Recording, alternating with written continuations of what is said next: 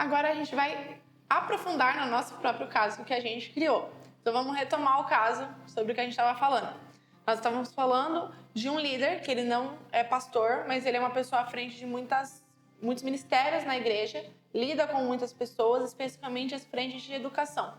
Ele é um líder de 34 anos, já é casado há 10 anos, e ele cometeu uma falha no ministério dele, ele cometeu um erro, que é um erro que ele poderia ter evitado. E porque ele errou, ele está com muita vergonha do erro dele, e ele está se sentindo extremamente desanimado em continuar, e ele tem começado a se questionar se ele realmente deveria estar no ministério, se ele realmente deveria estar trabalhando com o que ele está trabalhando, se ele tem capacidade de ter na mão dele o que Deus colocou. Ele começa a se questionar, e por isso ele procura o pastor da igreja para conversar sobre isso, e o pastor precisa elaborar então algo para conversar sobre. Como aqui, obviamente, a gente está falando de um estudo de caso já pré-montado, eu já desenvolvi uma raiz, né, a raiz do problema, para ficar mais fácil de analisar. Isso não seria resolvido em uma conversa de aconselhamento, obviamente. Aconselhamento são várias sessões, são várias conversas, é um caminhar junto com a pessoa para a gente chegar nessa raiz do problema. Mas como aqui é um caso fictício, eu já vou passo assim a raiz do problema. Então a gente vai criar e eu coloquei isso aqui nas notas, né? Então a gente vai anotando tudo. Anotei o caso, já coloquei o texto que vai ser usado e olha que legal, eu escrevi, né? Hebreus 4, 14 e 15. Se eu passo o mouse por cima, ele já mostra o próprio texto aqui na revista e atualizada, porque é a minha Bíblia de preferência. Mas então aqui eu coloco raiz do problema, eu escrevi a falha que levou a uma culpa, que levou a ele a sentir a vergonha, que é um sentimento que diminui o senso de valor da pessoa. Então, a gente tinha aberto o guia de aconselhamento que fala sobre falhas. Então, vamos ver o que o guia de aconselhamento está falando sobre falha. Ele fala que está ligado ao eu interno, falha, tentar algo e não ter sucesso. O eu interno, você poderia abrir a guia de aconselhamento para falar sobre o eu interno.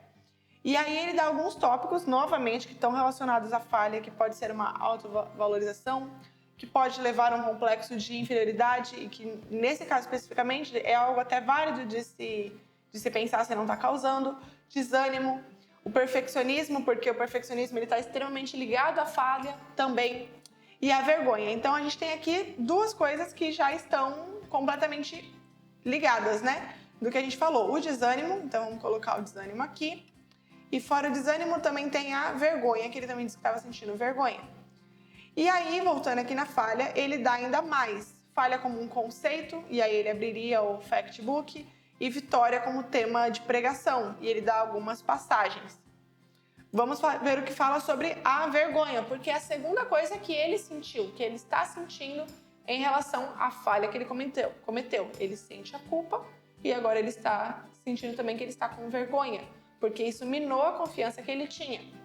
Então, o guia de aconselhamento, ele fala que a vergonha, ela está ligada à consciência e ela é um tipo de humor, e a vergonha é um sentimento que mina o senso de valor de uma pessoa, que foi o que eu anotei nas minhas notas, porque eu peguei daqui.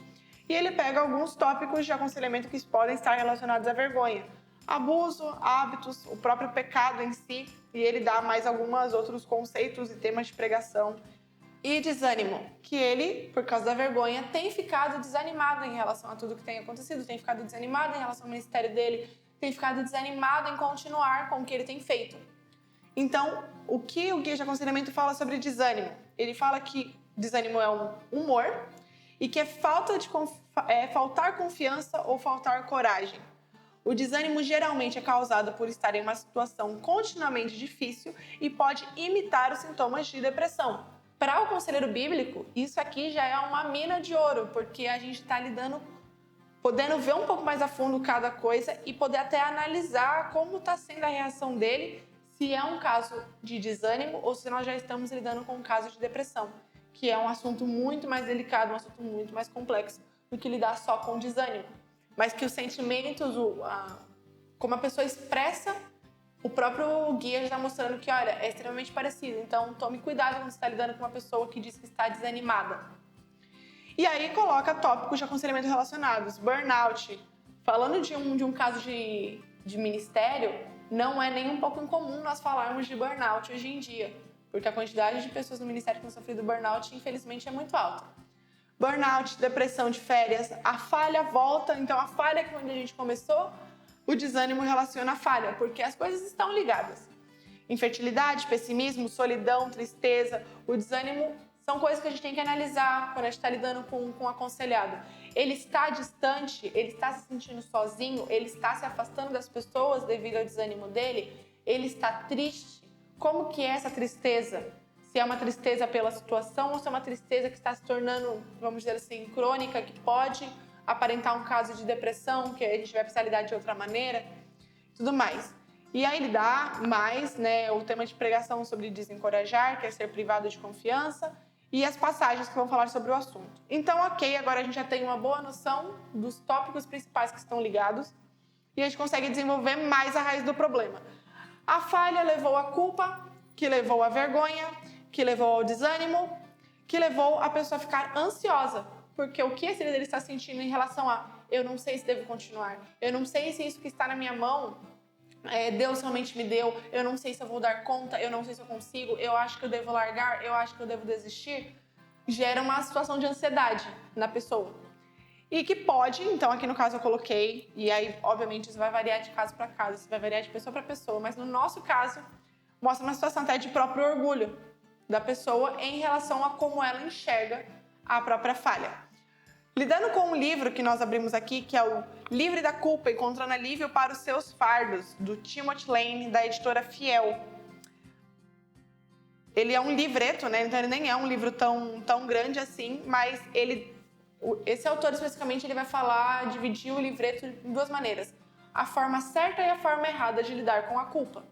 E então, eu me baseando no livro do Timothy Lane, eu criei a nota de como eu vou conduzir a conversa com essa pessoa no meu estudo de caso. Ele coloca na introdução assim: o dicionário diz que culpa é a consciência de ter feito algo errado ou de ter cometido um crime acompanhado por sentimentos de vergonha e remorso. E ele pega esse dicionário em carta. Isso aqui eu copiei e colei direto, automaticamente. Então eu vim aqui, copiei como se fosse dessa maneira, dei Ctrl+C, vim aqui e coloquei o Ctrl+V. Só de fazer isso, automaticamente, ele já adicionou a referência bibliográfica no formato.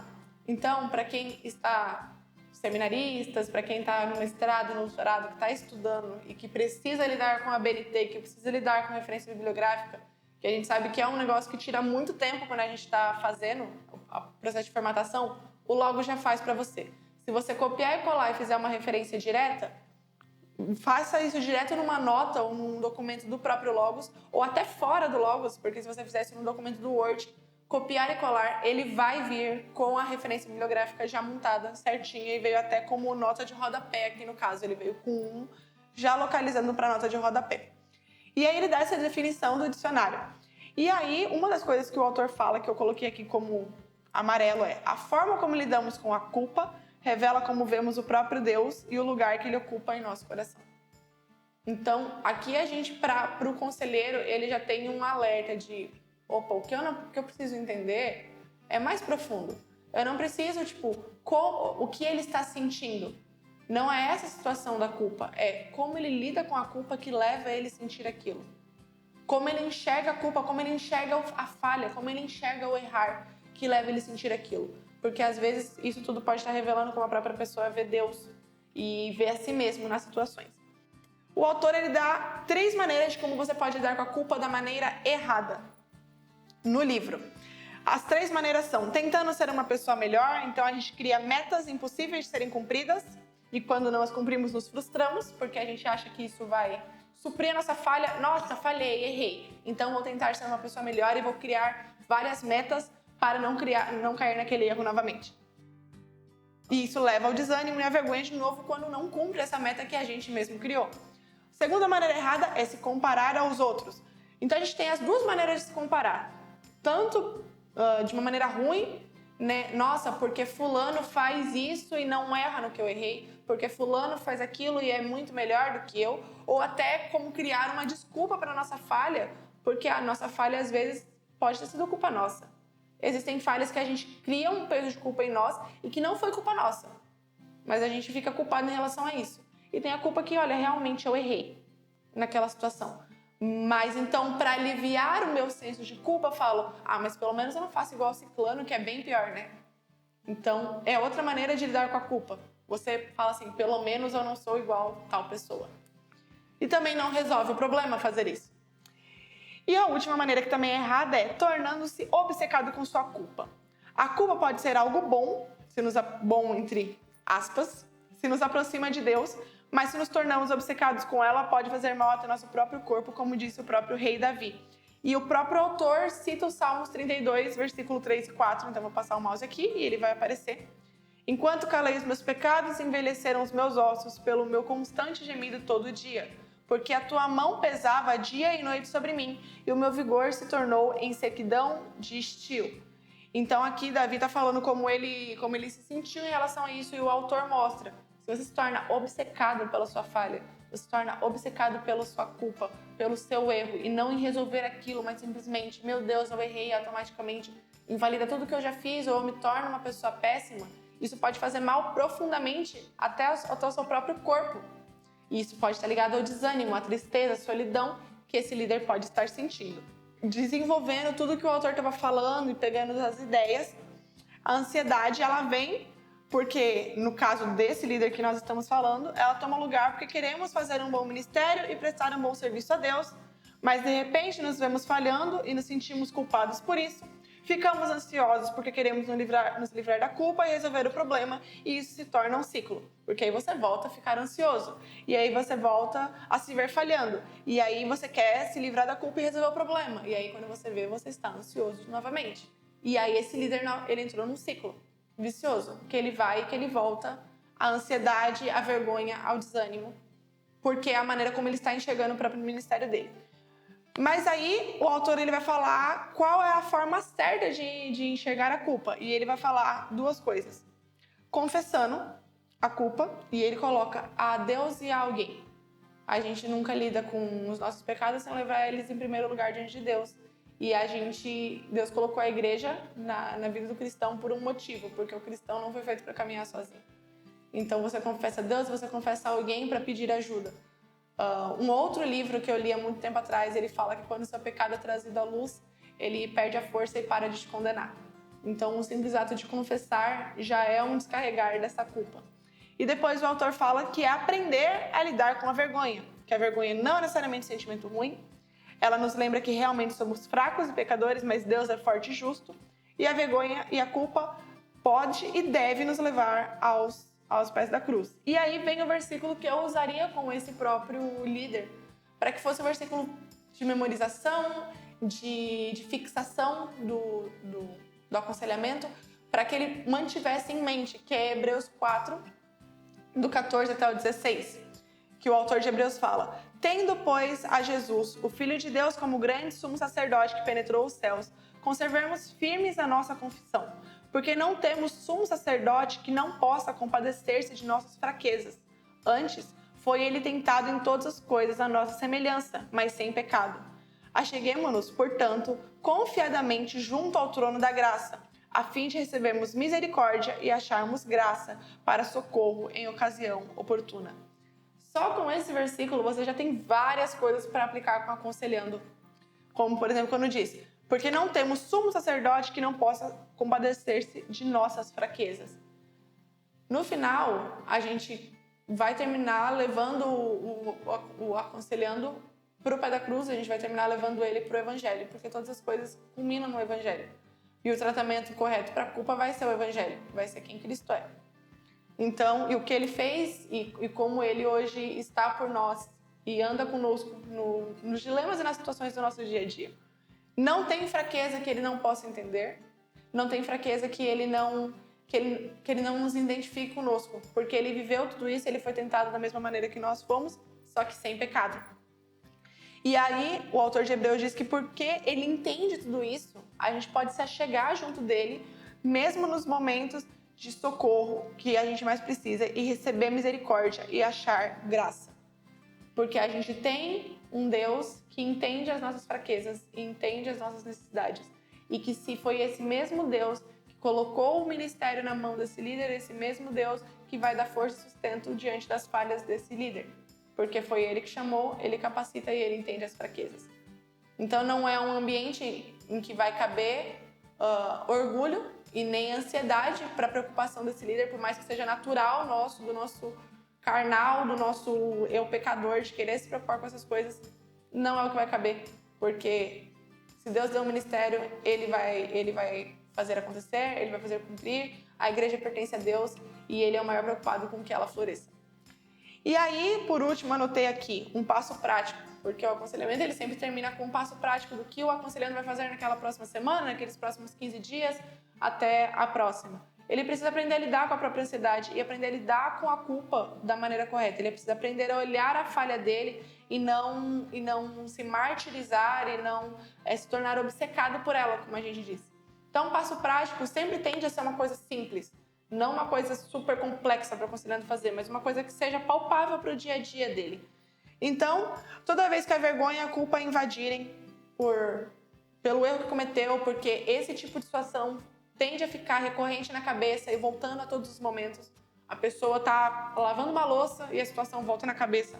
Quando a vergonha e a culpa invadir, o aconselhando dele deve parar para orar, mas ele não vai orar apenas, ele vai criar um diário de oração que pode ser gravado, que pode ser editado no celular, que pode ser escrito à mão, a maneira que for melhor para ele, para que ele tenha essas orações que ele está fazendo de maneira sincera a Deus registradas, para que nessas orações ele possa também aprender a entregar as coisas diante de Deus e a se lembrar da cruz e a se lembrar do evangelho todos os dias. E a lembrar onde depositar a falha, onde depositar a culpa, onde depositar a vergonha, onde depositar o desânimo. A lembrar nessas orações e ter isso registrado de que ele vai colocar tudo isso diante do pé da cruz. Então aqui a gente criou um caso inteiro de aconselhamento que vai ficar salvo no meu caderno de aconselhamento aqui no caso. Com todos os textos marcados, com o livro marcado, então porque a referência bibliográfica está aqui, então se eu clicar a qualquer momento aqui, ele vai abrir, ele mostra até a página, né, ali embaixo, página 13, que mostra a citação que eu peguei. Então, se a qualquer momento eu quiser voltar, eu quiser transformar isso numa pregação, eu quiser transformar isso num sermão, numa série, ou quiser expandir, porque eu tô com outro caso de aconselhamento que lida com a culpa, eu posso só voltar aqui no meu caderno e expandir tudo isso, e lembrar tudo que eu escrevi, e vai estar tudo aqui, tudo marcado para levar para as outras partes. Novamente repetindo, quando a gente fala do Logos, a gente não está falando de uma coisa que é individual, a gente está falando de um ecossistema. Todas as coisas interligadas. A gente não leu um livro, a gente não que teve que ficar procurando em vários lugares, a gente teve que abrir vários dicionários. Então, preparar de estudo de caso, de aconselhamento simples, que nós fizemos em 15, 20 minutos, se fosse ser feito à mão, quanto tempo não levaria para ser feito tudo isso, para ser feito toda essa pesquisa, para ser feita toda essa leitura, para achar tudo que fala sobre esse assunto? Então, o Logos ele existe para fazer com que você possa focar no seu ministério e no que realmente importa. Porque as outras coisas já estão todas disponíveis num clicar de 2 segundos, você já tem todas as respostas para o que você precisa e você ganha tempo para focar naquilo que realmente é necessário. Então, é isso. Muito obrigada.